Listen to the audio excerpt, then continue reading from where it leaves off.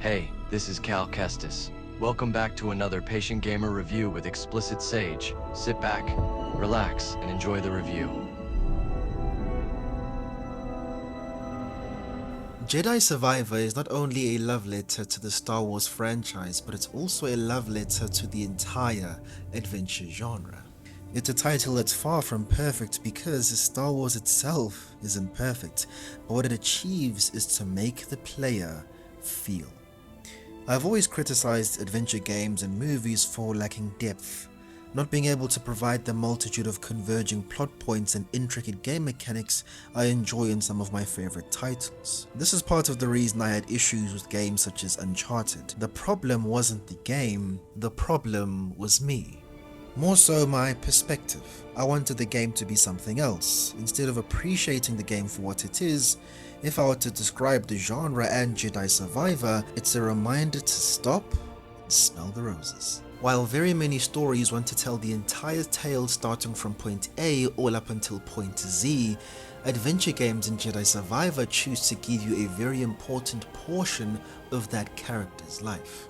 An important piece of that person's journey that will impact their life forever. Star Wars Jedi Survivor is a tale of love, heart, determination, betrayal, and most importantly, resistance. This is absolutely everything you could want from a Star Wars story and a great adventure tale. And one thing these games are not short of is spectacle and wonder. Considering all of the cool things that will be happening on screen, if you're somebody who isn't exactly compelled or taken aback by the subtle themes of relaxation, taking a step back and slowing down, the exhilarating things that will be happening on screen will be enough to exhilarate every single player. Star Wars Jedi Survivor undoubtedly has the best lightsaber gameplay ever, and this is not even considering the very cool and upgraded traversal system that was integrated into the game. Like, look at this. Cal is absolutely hopping and hipping absolutely everywhere across the screen, and this makes everything feel so excitingly responsive and exciting. Before in Fallen Order, perhaps you might have felt the traversal was a bit on the dry side. They've definitely dialed it up to 11, and the game benefits strongly from this decision. Now, Jedi Survivor does have a story that won't necessarily blow you away, but the characters are sure to make up for that deficit. Survivor definitely has a few of them, and all the ones from Fallen Order have definitely gone through significant character development, and by golly, the story does not pull any punches right here.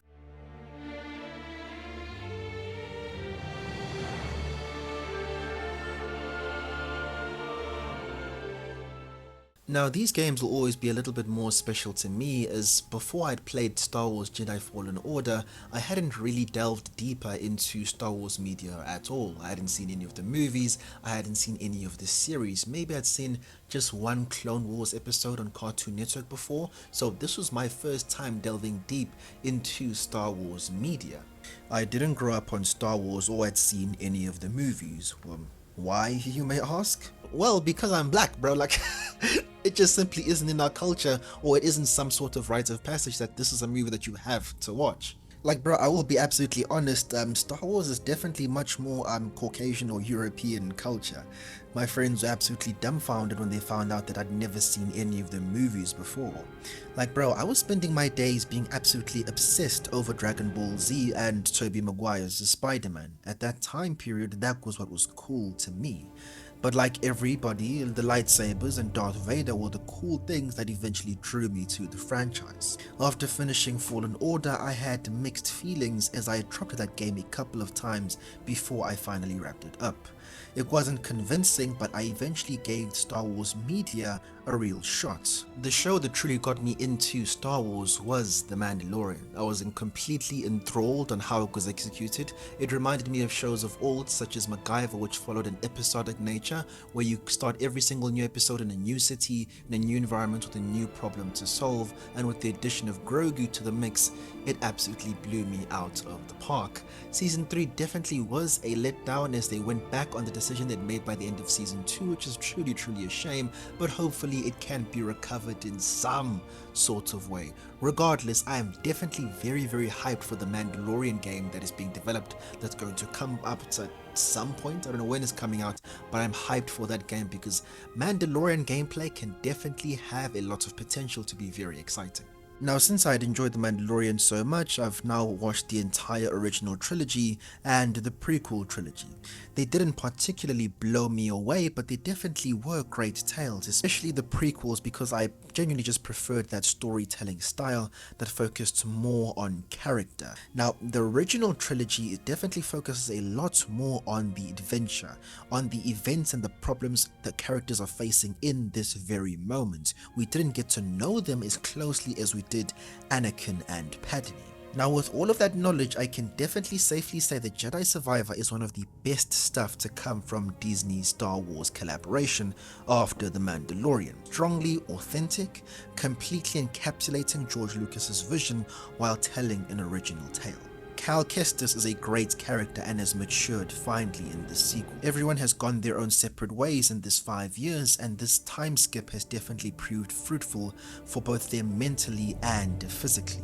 Cal Kestis is much more of a badass and has a much better and strong code and resolve. Our favorite characters return with a few new ones as well.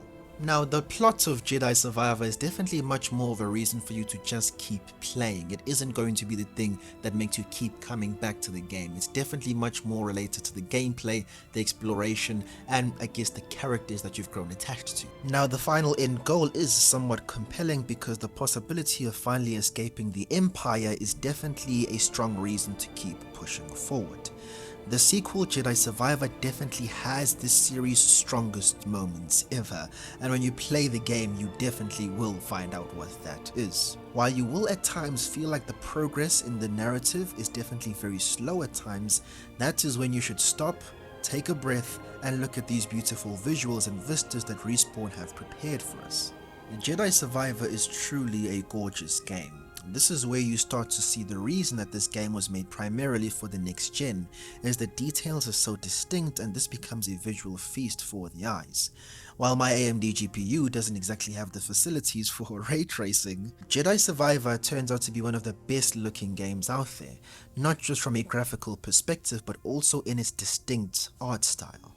Now, the gameplay in Jedi Survivor hasn't changed too much, but it's great and they've just added upon it. They did ensure to add some things to keep it fresh. With an array of new stances like the blaster and crossguard, the choice is entirely yours. I personally surprisingly stuck mostly to the OG single lightsaber and mostly sometimes used the crossguard one, which definitely dealt some big damage to my foes. The combat is good and it will keep you engaged. Of course, using a flashy sword that literally cuts everything is just cool on its own. It just looks cool, it lights up.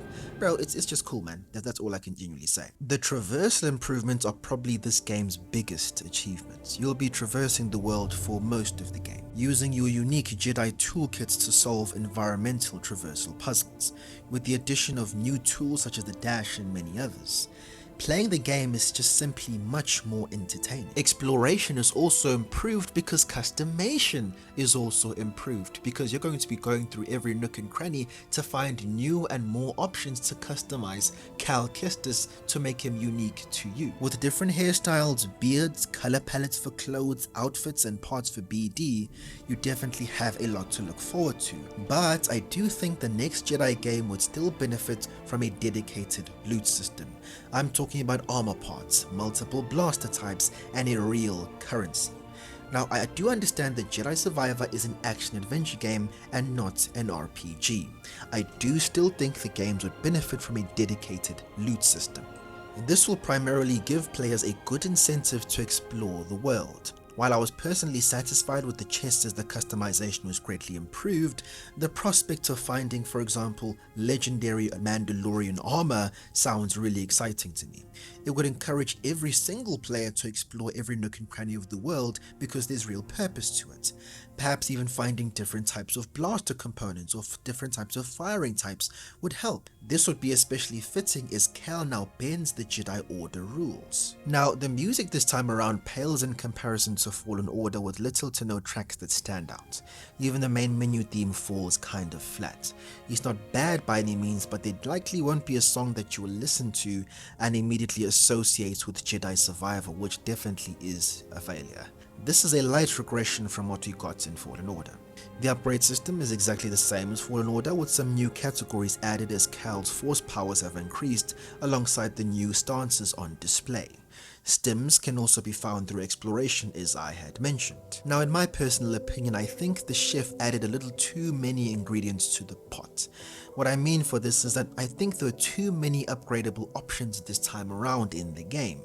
You would need another playthrough to properly explore all the stances through the upgrade tree. This doesn't hurt the gameplay experience too bad, but I feel like I missed out on a few key force abilities as I chose to put my upgrade points in different areas, particularly focusing on my stances. You really have to make the tough decision on whether you want to improve your swordsmanship or you want to improve your significant force abilities, which I think is sad in this regard. Now, ladies and gentlemen, we're going to enter the dark side for a wee bit. We're going to enter into spoiler territory, and I'm going to talk about a few instances in the main story that will contain spoilers, so skip to the timestamp that I've put in the description and you'll be able to get back to the spoiler-free territory. Now, I want to pose a moral question to fans of this series, those who like to ponder on morality. So, what are your thoughts on Cal Kestis choosing not to kill Commander Denvik? Mirren and Cal came to the conclusion that killing Denvik would be going too far, possibly pushing Cal deeper into the darkness and revenge. Perhaps this is ludonarrative dissonance, but Cal has killed hundreds of Empire soldiers who had their own lives, wives, and children. But the line is drawn when the kill is particularly personal. Now, even if we excuse the gameplay kills, Cal kills regularly during his fights with the Empire. It's a very long fight towards this resistance. Taking a life for Cal Kestis is not exactly a moral dilemma in many cases. Of course, he will avoid killing if he has the option to do so, but this one in particular seems strange to me. Cal, in this moment when he chooses to spare him, does not come off as noble in any regard, because we had just come off the bat of killing over 100 stormtroopers just reaching this point. His opponent was also far from being harmless or an unarmed man. Commander Denvik's sword was the troops that Cal had killed. Could we not use the unarmed, helpless arguments to every single enemy Cal kills with the Force pull? Once Cal Kestis has pulled them in, that stormtrooper is completely unarmed and at Cal's mercy, with no option of escape. Now, I'm not going to act like I have all of the answers, but considering Cal's actions beforehand and considering his moral compass and to having no significant qualms to murder, I don't see how killing Commander Denvik would be going too far. Maybe it's because it would have been a selfish kill and not out of circumstance, maybe that's the reason, but I'm simply not sure. The thing is, I don't see killing Denvik as crossing the line considering his moral compass, as he's already passed that line 10 times over just a few minutes ago. Now, for me personally, I would consider myself probably an extreme pacifist from my moral perspective. I don't think killing any person is good under any circumstances, especially as we have the modern tools to constrain those who mean to do us harm. So when I see Cal spare the commander, I don't feel necessarily proud, because even though we spared this one man, 100 dead bodies were beginning to decompose after our acts of mercy. Bode's death was simply a tragedy in that regard. It's sad that it had to happen, but it was unfortunately necessary considering the circumstances. He was an unrelenting threat that could not be stopped peacefully. That funeral pyre scene is probably my favorite in the entire game. Survivor took significant risks and they paid off. There's nothing better than a bittersweet ending. The goal was achieved. We finally did it. But at what cost? What scars will remain with us despite our victory? Will we ever be able to fill those holes? I truly wonder. Those are questions that will be answered in, I think, the final game to this trilogy. Now, let's consider Jedi Survivor from a statistical perspective. How much gameplay time will we get? Looking at how long to beat, you'll have 20.5 hours. If you do some of the side content, you'll get about 33.5 hours. And if you're an absolute mad lad, you want to see absolutely everything the game has to offer, you've got 54.5 hours. Let's consider the game from a price perspective. I'll let you in on a little secret if you didn't know.